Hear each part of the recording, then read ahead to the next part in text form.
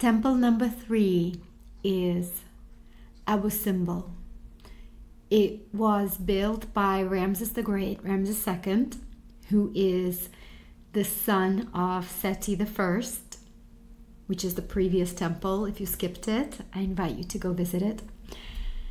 And he built this temple as a double temple. One is built for himself, for the sun god that he is. And the second one is built for his beloved queen, Queen Nefertari. He had many lovers, many wives, but she was his favorite. She is one of the most beloved queens in the history of ancient Egypt. And she is a woman that stood in her full power. She didn't fade, she didn't compare, she didn't judge him. She recognized her role that she came here to play.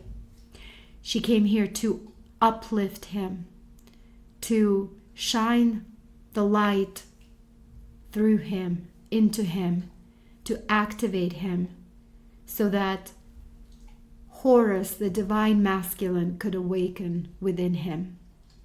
She held the codes of Hathor, with her womb fully activated, with her heart on fire. She stood behind him and radiated her light into the back of his heart chakra. And someone might be listening to this and say, why didn't she stand by his side? Or why didn't she stand in front of him? You see, this whole reality is designed in a really fun way. The divine feminine and masculine coming into full balance. And there's so much distortion that says a woman is equal. A woman stands in her power and makes him meet her wherever she is. Does that work? Where did that get us? The cycle of more struggle, of more tug of war. Queen Nefertari was an example of divine love, of unconditional love, and what it can do in birthing the masculine. And of course, this is talking about masculine and feminine as embodied in a man and a woman, but this is also an invitation to connect to the masculine part of yourself and the feminine part of yourself. Is there an unhealed, wounded masculine that is being triggered within yourself by the strong, empowered feminine? Is there a tug of war within yourself that's going on? Is there judging or condemning of these toxic masculine traits that you inherited from the society, from the conditioning, from parental conditioning? And this is not to blame any of it, it's just the design of this world. And we have a choice. We're being given an opportunity to be the doulas of the divine masculine and divine feminine within ourselves and for the planet. We're being called to hold the energy of Queen Nefertari, of Hathor and Horus. So as she stood behind him and radiated from her heart and her hands this light into the back of his heart chakra, her love ignited him. She recognized that his full light, his full participation was needed, and that she was the key. She was there, holding that light, reminding him of his goodness, of his light, so that he could step fully into his divine purpose. without her, he would have been another Seti the first. And that's not what the world needed. The world needed to witness him cry when she died. She died pretty early on in his reign. He reigned for 60, 70 years, something crazy. And she died, I think it was year 16 or 15 of his reign. So he reigned many years without her. And he cried. He cried when she died because she was his beloved. Because he recognized the role that she played in his expansion. So this temple, this dual temple, is built for the sacred union, and it holds this template. When walking through its hallways, I played the song Sita Ram, about Sita and Ram, which are Nefertari and Ramses. And if you travel through Sri Lanka, India, people will even tell you, oh, we have a Ramses, Ram, same story. Same story, different flavor.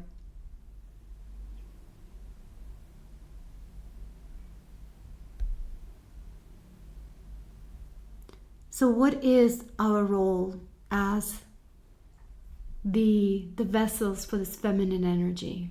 That's what this temple invites us to be with.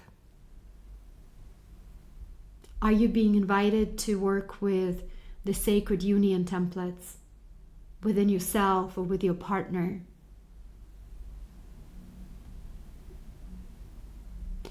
This temple was moved when the dam was constructed because it was going to be flooded. And it took many nations to come together and stone by stone move it up the hill. When you're standing in front of it, you can't fathom what it took. You can't fathom the extent of the work that went into it. So I invite you to imagine and connect, and if you can look at the pictures in the YouTube videos,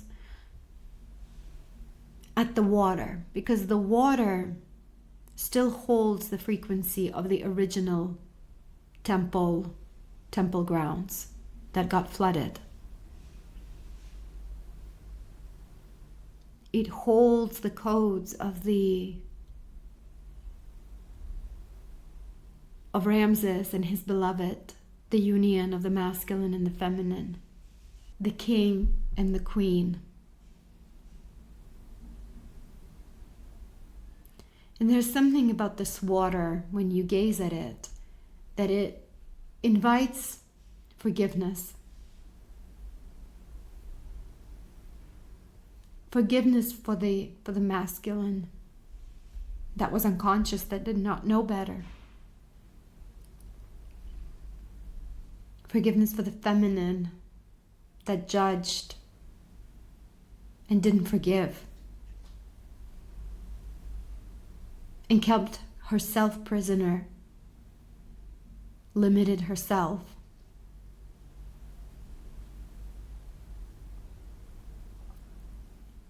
And when you stand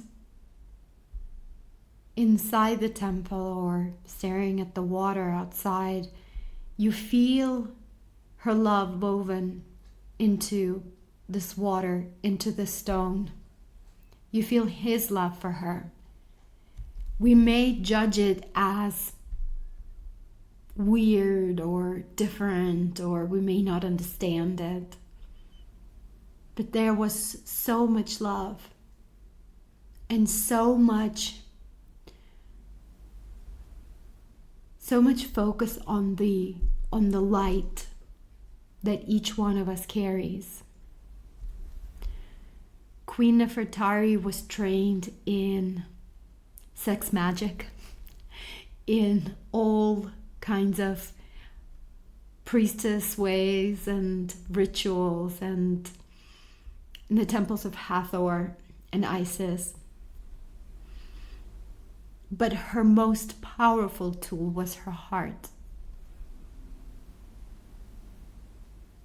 Her womb connected her to the wisdom of the earth. Her heart connected her to the wisdom of the stars. And I'd like to read you a transmission from her. Queen Nefertari, the queen who breathed worlds. Women once gathered in circles, breathing from the womb, synchronizing to the rhythm of the earth. We activated the flower of life within us, not with rebellion, but with love. A love so immense it exploded into creation, a love that consumes and unfolds, that births worlds and protects them with fire. I am not a shadow behind a king. I am the light that awakens his heart. I am the compassion that sees the farmer and the pharaoh the same. My words were honey for the heart, spoken from the womb, rising through my throat and radiating into the world. I never let a man define me. I never abandoned my connection to the feminine mysteries. I walked into every room as a vessel of the divine, and so do you. Your womb is not just for birthing children. It is a power center, a portal of creation, a cosmic altar. Reclaim it, not in protest, but in love. When you do, your identity will shift. Your reality will reorganize. Speak from your womb, love from your womb, live from your womb. All is divine. All is designed. All is waiting for the queen to remember.